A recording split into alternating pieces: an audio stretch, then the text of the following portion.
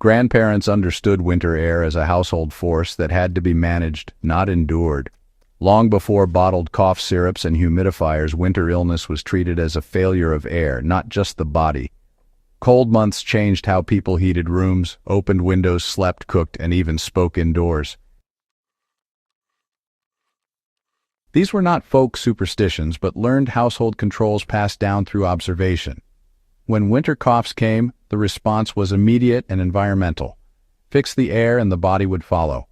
That mindset is what modern homes quietly lost. They knew dry winter air was the real enemy inside the house. Older generations recognized that winter sickness followed the stove, not the season. Fires dried indoor air aggressively, cracking lips, stiffening throats, and irritating lungs. The solution was never to smother the fire, but to soften its effect. Water was constantly present near heat sources. Kettles lived on stove backs, not for tea but for vapor. Pots of water simmered quietly for hours. In bedrooms, shallow basins were placed near heat vents or fireplaces overnight. This added moisture was not measured with instruments but with skin, voice, and breath. If throats stayed smooth and noses clear, the air was right. You can apply this today by placing open water containers near modern heat sources, especially overnight, instead of relying solely on electric humidifiers that often cycle too aggressively. Back then, folks controlled airflow instead of just sealing up their houses tight. Winter homes, well, they weren't these airtight boxes we think of today. Even up north, where it got real cold, it was common to exchange the air inside for fresh air every day, just for a little while. Windows would be cracked open for a few minutes, usually around midday, when the sun had warmed things up a bit outside. This quick burst of fresh air would flush out all that stale, cough-inducing air without actually freezing the house. Now, night air was handled a bit differently. Bedrooms got aired out before folks went to bed, then sealed up for the night. The point was to start the night with good oxygen-rich air, not to have a draft blowing through all night long. This way people had less coughing at night and woke up with clearer heads in the morning. In today's terms, you might say they believed in short, intentional bursts of ventilation, rather than keeping the house sealed up tight all winter. Sleeping air was a big deal because, well, folks knew your lungs did their healing at night. Grandparents, they treated sleep as a sort of respiratory repair time. Beds were kept away from outside walls to avoid that cold air seeping in and causing condensation.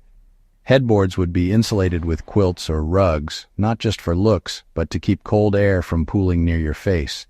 And wool blankets?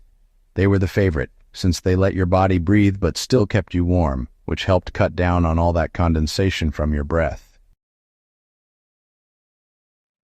So, sleeping caps were actually pretty common back in the day, but not really for fashion. Folks wore them to help keep their head temperature steady and to keep from irritating their noses during the night. These days, we kind of use the same idea by not sleeping right up against cold walls, picking breathable bedding, and making sure our heads stay warm, without turning up the heat too much in the whole room. They sure understood that just having warm air wasn't enough to protect your lungs. In fact, overheating was seen as downright dangerous. Rooms that were too hot would dry out the air quicker and could make your throat weaker. Most winter rooms back then were actually cooler than what we're used to now, and folks just wore more layers to stay comfortable. This way, they kept the air moist and helped prevent inflammation in their airways. A cool, moist room was thought to be healthier than one that was hot and dry. If we want to use that wisdom today, it means turning down the thermostat a bit and putting on another layer instead of cranking up the heat all day, especially when it comes to our bedrooms. Folks used their kitchens as respiratory treatment rooms, even though they never really called it medicine. Winter cooking, it always served a dual purpose. Those long-simmered soups, stews, and bone broths would fill the whole house with warm moisture. The steam carried fats and minerals right into the air, and that would just naturally soothe your nasal passages. Kitchens became the main gathering places during illness, mostly because, well, the air itself was just so darn restorative. Whenever someone started coughing, They were brought closer to that cooking heat, not sent off to some cold room alone.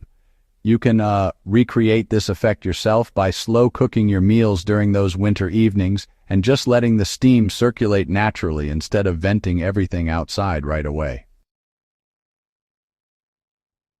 They sure understood the danger of stale night air and that morning cough. Morning coughing, well, it was seen as an indoor failure, not really a sickness. It meant the air had gotten stagnant overnight. The solution was pretty simple.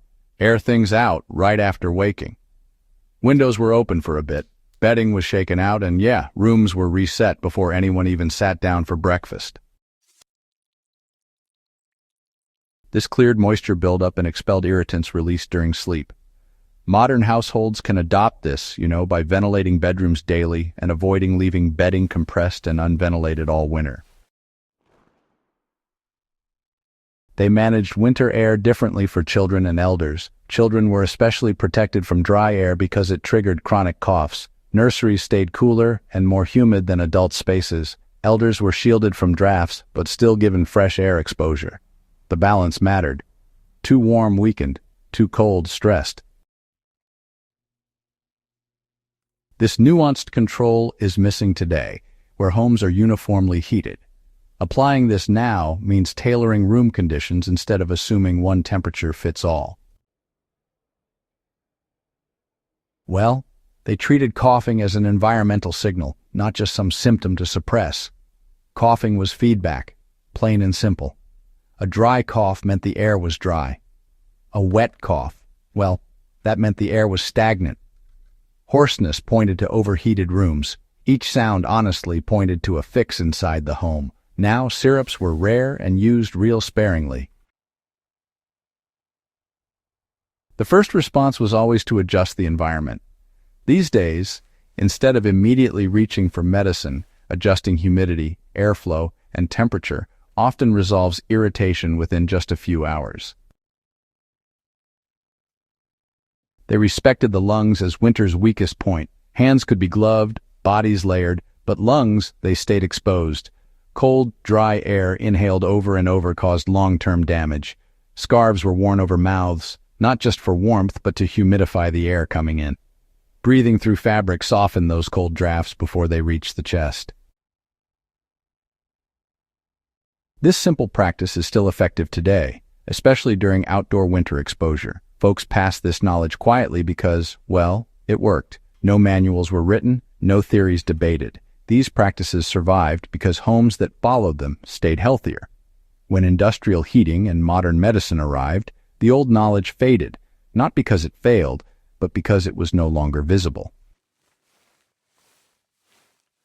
Yet winter coughs never disappeared. The environment changed, not the lungs. This knowledge remains fully usable in modern homes. You do not need antique stoves or rural living to apply it. Moisture management, controlled airflow, moderate heat, thoughtful sleeping arrangements, and respect for steam are all available now.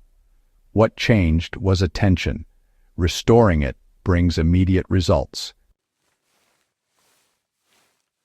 If this kind of grounded, practical history matters to you, subscribe to Living Through the Seasons. Share this with anyone who still believes winter illness is inevitable. The past solved these problems quietly. It is time we listened again.